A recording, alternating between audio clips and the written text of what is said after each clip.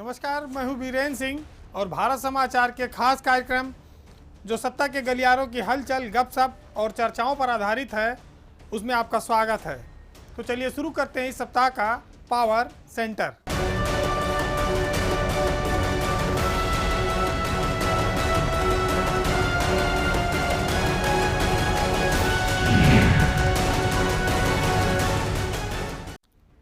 Corona virus के चलते पूरे उत्तर प्रदेश में जो लॉकडाउन है वो 1 महीने से ज़्यादा हो गया है। पुलिस दिन रात ड्यूटी कर रही है, उसके अच्छे कारनामों की चर्चा भी हो रही है। किसी को दवाई तो किसी को मिठाई, किसी को घर पे इलाज, किसी के घर पे खाना, सब पुलिस पहुंचा रही है। पुलिस का मानवीय स्वरूप बहुत सालों बाद, बहुत दिनों बाद देखने को मिला है और इतनी ढेर सारी दुआएं या कहा जाए वाहवाही भी पुलिस को शायद अब तक के इतिहास में कभी नहीं मिली होगी। लेकिन सीतापुर में पुलिस ने एक ऐसा कारनामा कर दिया जिससे फिर पुलिस की किरकिरी हो गई। यहाँ पर एक सिपाही ने दरोगा को लाठियों से पीटा। मामला सोशल मीडिया पर वायरल हुआ और बताया जाता है कि राम आश्रय यादव जो सिपाही है वो चौकी इंचार्ज रमेश चौहान से नाराज हो गया। सीतापुर शहर में बॉर्डर पर वहाँ ड्यूटी थी और चौकी इंचार्ज ने कहा कि आप ड्यूटी खड़े होकर करिए और जो लोग आ जा रहे हैं उनका पास चेक होना ज़रूरी है। कुछ इसी बातों में सिपाही उत्तेजित हो गया और उसने लाठियों से चौकी इंचार्ज को पीटना शुरू कर दिया। अपने मातहत से इस तरह से अगर पिटाई होगी तो पुलिस में अनुशासन नहीं होगा, भंग हो जाएगा। एक राहगीर ने ये वीडियो बनाया कार के भीतर से। एसएसपी ने उस सिपाही को निलंबित कर दिया। लेकिन सबसे बड़ा सवाल ये खड़ा होता है कि निलंबन हो गया, मुकदमा हो गया, जांच होगी, सब ठीक है, लेकिन लॉकडाउन का असर पुलिस वालों पर भी पड़ता है, आम आदमी पर भी पड़ता है। और अगर जो लोग व्यवस्था को बिगाड़ रहे हैं, जो लोग पुलिस की वर्दी पहनकर खुद गुंडागर्दी करने वाले हैं, उन पर अपराधियों जैसा उनके साथ सलूक होना चाहिए। दरोगा रमेश चौहान वहाँ के सुपरविजन अधिकारी थे। ऐसा शायद ही कभी देखने को मिले कि कोई सिपाही अपने दरोगा को इस तरह से लाठियों से पीटता हो। अनुशासित फोर्स में ये घोर अनुशासनहीनता है। अब इस अनुशासनहीनता को जांच के हवाले करके, ठंडे बस्ते में डालकर, फौरी कार्रवाई करके अगर शांत कर दिया गया तो आने वाले समय में पुलिस महकमा इससे क्या सबक लेगा। ऐसे मामलों में सख्त कार्रवाई होनी चाहिए क्योंकि ये राष्ट्रीय विपदा है, महामारी है। पुलिस वाले अपनी जान जोखिम में डालकर सड़क पर लगे हुए हैं, रात दिन लगे हुए हैं, लोगों की सेवा कर रहे हैं। उसके बावजूद कोई उनमें से एक सिरफिरा ऐसी हरकत कर दे तो पुलिस के पूरे चेहरे पर वो बदनुमा दाग की तरह होता है, पुलिस के पूरे काम पर वो बदनुमा दाग है। और ज़रूरत है कि ऐसे लोगों को निलंबन नहीं, बर्खास्त किया जाए। गरीबी अपने आप में एक अभिशाप है। जब गरीब है तो सड़ा हुआ माल तो खाने को मिलेगा ही। अब चाहे वो महामारी के समय हो, आपदा के समय हो, या चाहे अच्छे दिन भी हो। तो इस महामारी में मामला आया है मेरठ का, जहां पर कम्युनिटी किचन में सड़ा हुआ आलू कट रहा था। वहां पर जिला प्रशासन की टीम गई, वहां पर सब लोगों ने देखा, वीडियो बना, सब कुछ है। एक और सरकार और जिलों के अधिकारी लोगों को कोई 1 लाख पैकेट बांट रहा है, कोई 2 लाख बांट रहा है, कोई 1.5 लाख बांट रहा है। ये कहकर सब अपनी पीठ थपथपा रहे हैं कि हम नगर निगम के माध्यम से या जिला प्रशासन 1.5 लाख भूखों को, 2 लाख भूखों को खाना खिला रहा है। लेकिन मेरठ में जो दृश्य देखने को मिला, सड़े आलू की जो सब्जी देखने को मिली, उससे विचलन होना स्वाभाविक है, उससे सवाल खड़े होना स्वाभाविक है कि आखिर जिनके भरोसे हम ये व्यवस्था चला रहे हैं वो मुख्यमंत्री के सामने, सरकार के सामने क्या तस्वीर पेश कर रहे हैं। सबसे बड़ी बात यह है कि इस मामले में डीएम अनिल ढींगरा ने जब जांच के लिए अफसरों को भेजा तो प्रथम दृष्टया उन्होंने माना कि सब्जी सही है, कोई कमी नहीं है, लेकिन सड़ा हुआ आलू वहीं बजबजा रहा है, बदबू आ रही है, उसको अलग होना चाहिए। उसी में से उठा के आदमी काट रहा है, उसी की सब्जी बनेगी। तो हाइजीन के नाम पर क्या है, हम सड़ी हुई चीज़ें आसपास रखकर खाना बनाएंगे तो लोगों को खिलाएंगे क्या, उनके स्वास्थ्य को, उनकी इम्यूनिटी को क्या बढ़ाएंगे। अब जांच हुई तो पता लगा कि शायद सांसद जी का कोई गुर्गा है जिसको ठेका मिला है। अब सांसद जी वहाँ गए भी, राजेंद्र अग्रवाल, और उन्होंने वहाँ पर जांच की और क्लीन चिट भी दे दी अपने आप को।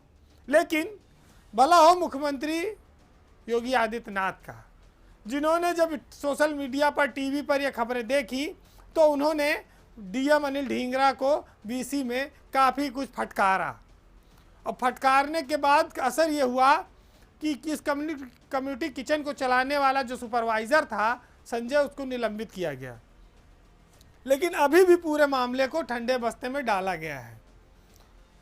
सवाल ये खड़ा होता है कि मीडिया में कोई चीज़ अगर आ गई और जिला स्तर पर अधिकारी उसको संवेदनशीलता से कार्रवाई कर दें तो सरकार के सामने इतनी समस्या ना आए और ना इतनी उसकी किरकिरी हो। लेकिन हर चीज़ को छुपाने का जो सिस्टम है हमारे यहाँ, उसी सिस्टम ने और सारी व्यवस्थाओं को बिगाड़ दिया है। जब आप एक चोरी, एक कमी को छुपाने में लगते हैं तो हजारों मुंह खुल जाते हैं। ये मामला सिर्फ गड़बड़ खाने का नहीं है, संवेदनशीलता का है कि जब महामारी है तो हम गरीबों को, जो भूखे पेट है, असहायों को क्या एकदम रद्दी खाना खिलाएंगे? क्या सड़ा हुआ खाना खिलाएंगे और ऐसे ही अपनी पीठ थपथपवाएंगे? तो कुल मिलाकर ये है कि जो जब जांच की बात कही जाए तो जांच किसी नतीजे पर पहुंचे भी, खाली समय काटने के लिए और लोग भूल जाएं, इसके लिए जांच कर दी जाए, उसकी कोई कभी रिपोर्ट ना आए, उसमें कार्रवाई क्या हुई कोई ना जाने। ये चीज़ें अपने आप में हमारे प्रदेश में और देश में एक तरह से कहा जाए परंपरा बनती जा रही हैं।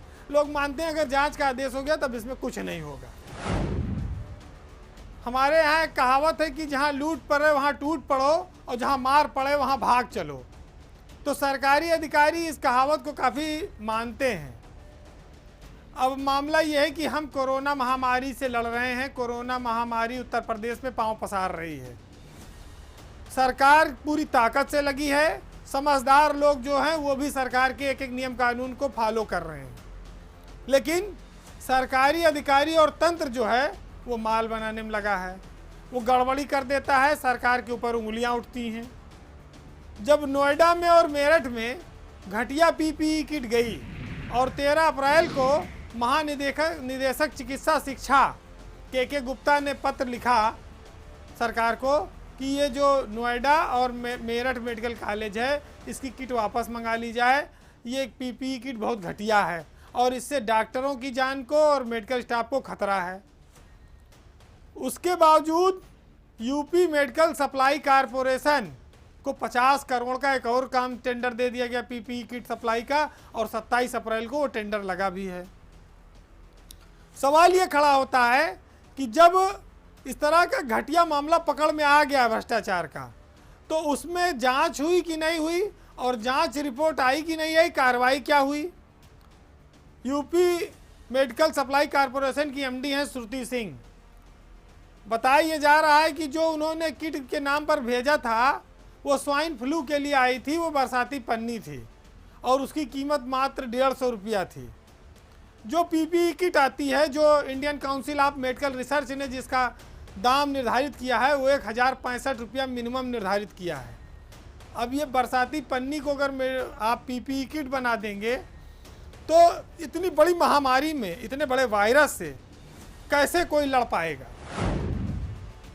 ये सवाल इसलिए है कि अभी ये लड़ाई लंबी चलनी है। अगर आगे और भी चूक हुई कहीं तो जिनके ऊपर जिम्मा है, जो कोरोना योद्धा हैं, वही अपनी जान के उनके लाले पड़ जाएंगे, वही अपनी जान बचाने के लिए मारे मारे फिरने लगेंगे। तो हमारे मरीजों को, हमारी जनता को कौन बचाएगा? लेकिन इतना ज़रूर है कि जिसके ऊपर एक बार दाग लग जाए, जब तक वो दाग धुल नहीं जाए तब तक उसको नई जिम्मेदारी नहीं मिलनी चाहिए। हम उम्मीद करें, हम ऊपर वाले से भी और सरकार से भी, कि इस प्रदेश में जो भी मेडिकल इक्विपमेंट की खरीद होगी वो सब गुणवत्तापूर्ण हो। डॉक्टरों और नर्सों और मेडिकल स्टाफ का जीवन बहुमूल्य है, वो बचे रहेंगे तभी हम बच पाएंगे। धरती के जो भगवान हैं, आज उनकी सबसे बड़ी ज़रूरत है। ईश्वर किसी महामारी में लड़ने के लिए खुद अवतार लेकर सामने नहीं आता है। अपने प्रतिनिधि के रूप में उसने इन्हीं डॉक्टरों और नर्सों और मेडिकल स्टाफ को बनाया है। तो ऐसे लोगों के जीवन से खिलवाड़ ना हो, हम यही चाहेंगे। और जो लोग इसके जिम्मेदार हैं, जो इस व्यवस्था में सर्वोच्च कुर्सियों पर हैं, आईएएस हैं और एमडी हैं, ऐसे लोगों पर कार्रवाई की जाए। अब इन पर हाथ किसका है? पंचम तल के किसी अफसर का है, सेक्रेटरी का है कि प्रमुख सचिव का है? ये भी सरकार देखे। बीजेपी के विरोधी तो प्रधानमंत्री और मुख्यमंत्री के कामों की आलोचना करते हैं, तो विपक्षी दल है, उनका अधिकार है। लेकिन अब बीजेपी विधायक ही ताली और थाली का मजाक बनाने में जुटे हैं। मामला सीतापुर के सदर से विधायक हैं बीजेपी के राकेश राठौर, जिनका ऑडियो एक नहीं कई सारे वायरल हुए और जिसमें उन्होंने खुलेआम अपशब्द कहे प्रधानमंत्री के अभियान के लिए और बीजेपी के अभियान के लिए। उन्होंने ये तक तुलना कर डाली है कि जो ताली और थाली बजा रहे हैं वो और कुछ बजाने लायक नहीं रह जाएंगे, वो खाली ज़िंदगी भर अब तालियाँ बजाएंगे। और ताली बजाने वाले कौन लोग हैं समाज में जो शादी ब्याह में वो बच्चा पैदा होने बजाते हैं, उनसे उनकी तुलना कर दी। ऑडियो टेप सोशल मीडिया पर, टीवी चैनलों पर खूब जमकर वायरल हो रहा है। केंद्र सरकार को और यूपी सरकार की वो खिल्ली उड़ा रहे हैं। जमकर राकेश राठौर ने अपनी सरकार को कोसा है। राकेश राठौर ये सवाल खड़े करते हैं कि क्या चीन में दिया जलाने से ये कोरोना वायरस मर गया, और जब चीन में नहीं मरा तो क्या भारत में मर जाएगा? वो एक जाति विशेष पर बार बार टिप्पणी करते हैं, वो भी उसी जाति से हैं, शायद इसलिए वो कह रहे हों। लेकिन जिस तरह से इस अभियान को उन्होंने मजाक बनाया और जिस तरह से प्रधानमंत्री की बातों की उन्होंने खिल्ली उड़ाई है, ये निश्चित ही दर्शाता है कि बीजेपी में कहीं ना कहीं विधायकों में रोष है। अब वो रोष क्यों है, कहाँ है, अपनी सरकार की वो बातों को क्यों नहीं मान रहे हैं? वो स्थानीय जिला प्रशासन से पीड़ित हैं, डीएम एसपी उनकी सुनते नहीं हैं, विधायकों की उनके काम नहीं होते। लॉकडाउन में विधायक का ड्राइवर तक नहीं आ पा रहा है, ये भी वो दर्द जता रहे हैं। जो भी पदाधिकारी विधायक को फ़ोन करता है प्रदेश स्तरीय, उसके ऊपर वो टूट पड़ रहे हैं। लखनऊ मंडल का जिला है सीतापुर, 100 किलोमीटर की दूरी भी नहीं है। संगठन के लोग हैं, सरकार के लोग हैं, चाहें तो बुला के बात कर सकते हैं। अगर अधिकारियों के कारण सरकार के खिलाफ लोगों में गुस्सा पैदा हो रहा है, अगर लोग अपनी पार्टी से विद्रोह करने के लिए तैयार हैं, तो ऐसे अधिकारियों की कार्यशैली को भी तो एक बार देखा जाना चाहिए, जांचा जाना चाहिए कि वो सरकार के लिए, जनता के लिए काम कर रहे हैं या सरकार की योजनाओं में पलीता लगा रहे हैं, भ्रष्टाचार कर रहे हैं, कमीशन खा रहे हैं और जनता भी नाराज, प्रतिनिधि भी नाराज। तो ऐसी सरकार किसके कल्याण के लिए काम कर रही है? सवाल कई सारे होते हैं, दोनों तरफ से होते हैं। बातें इस पावर सेंटर में इसलिए रखी जाती हैं कि उनका कोई हल निकले। बहरहाल हम उम्मीद करें कि देश का प्रधानमंत्री अगर कोई अभियान चलाता है तो जनता के कल्याण और भलाई के लिए चलाता है, और मुख्यमंत्री से लेके गांव का प्रधान और आम आदमी सब उसको अपना सपोर्ट देते हैं, उसके सुर में सुर मिलाते हैं और देश की एकता, अखंडता और कोरोना से लड़ रहे योद्धाओं के प्रति सम्मान जताते हैं और उन्हें नमन करते हैं। तो ये एक बहुत बड़ा मौका है, एकजुट रहने की ज़रूरत है। विधायक जी की जो समस्या है, सरकार चाहे तो उसका हल कर सकती है।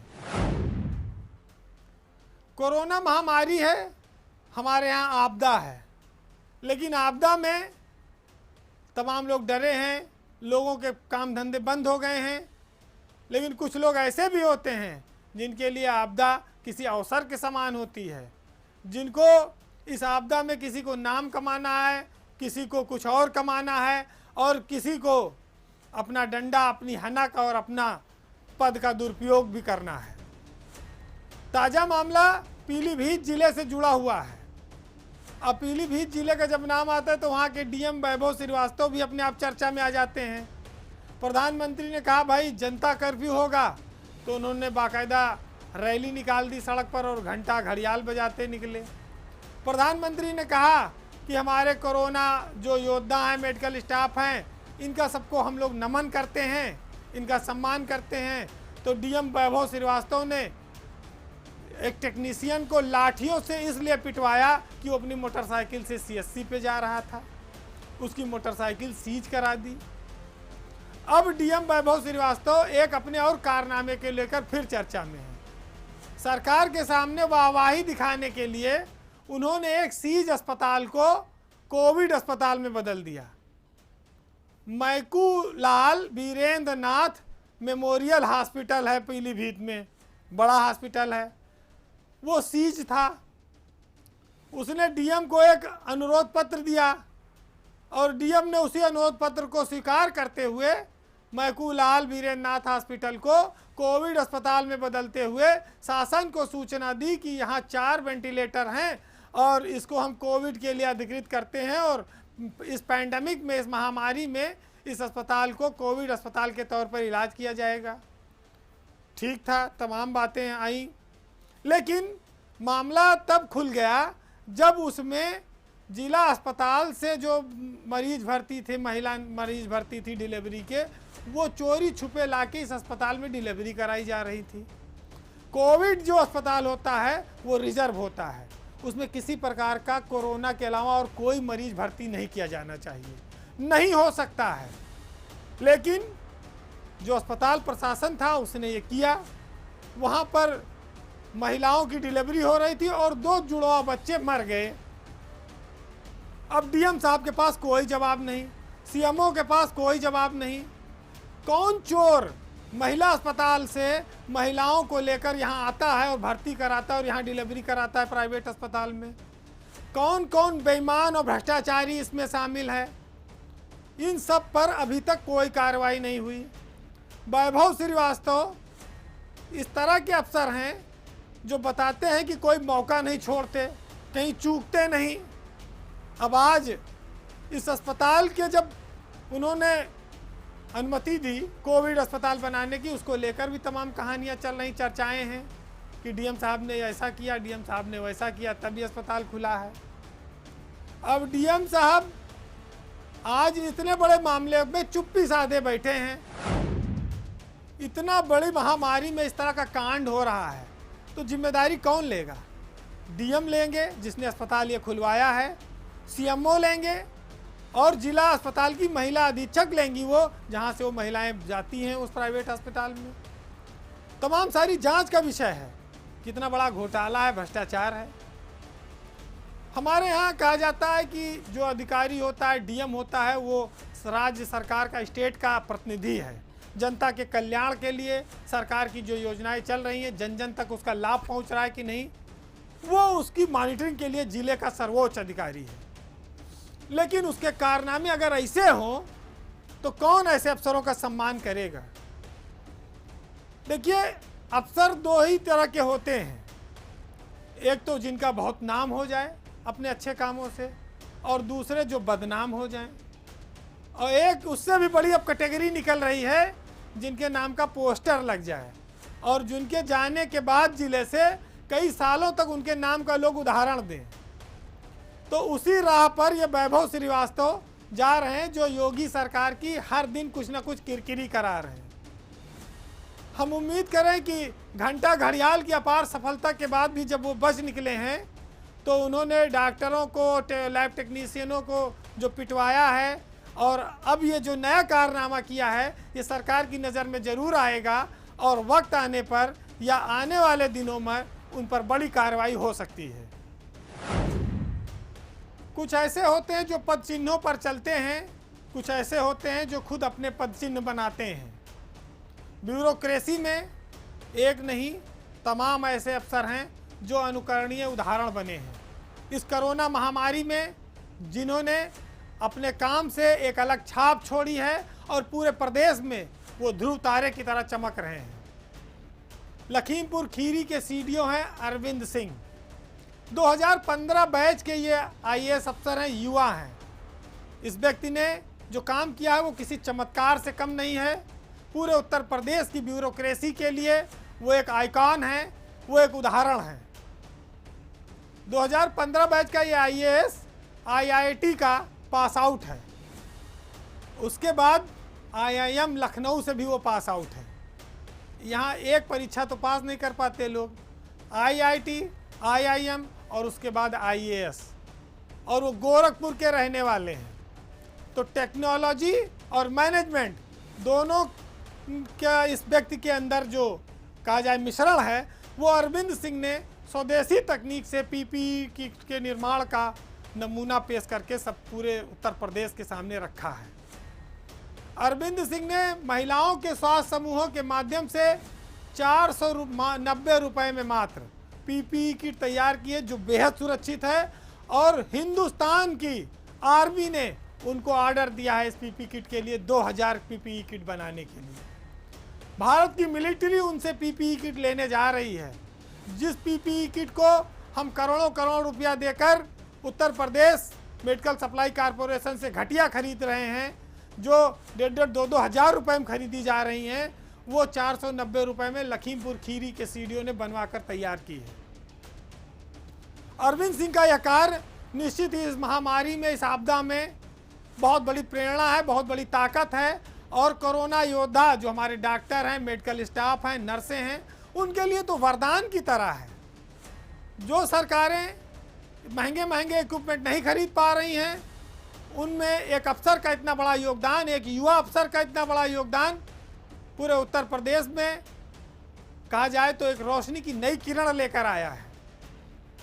पावर सेंटर का यह कार्यक्रम उत्तर प्रदेश के सत्ता के गलियारों में जो चर्चाएं और हलचल होती हैं, और जो चर्चाएं होती हैं, जो कानाफूसी होती है, उन पर आधारित होता है, जिसमें बहुत बार अफसरों की आलोचना भी होती है।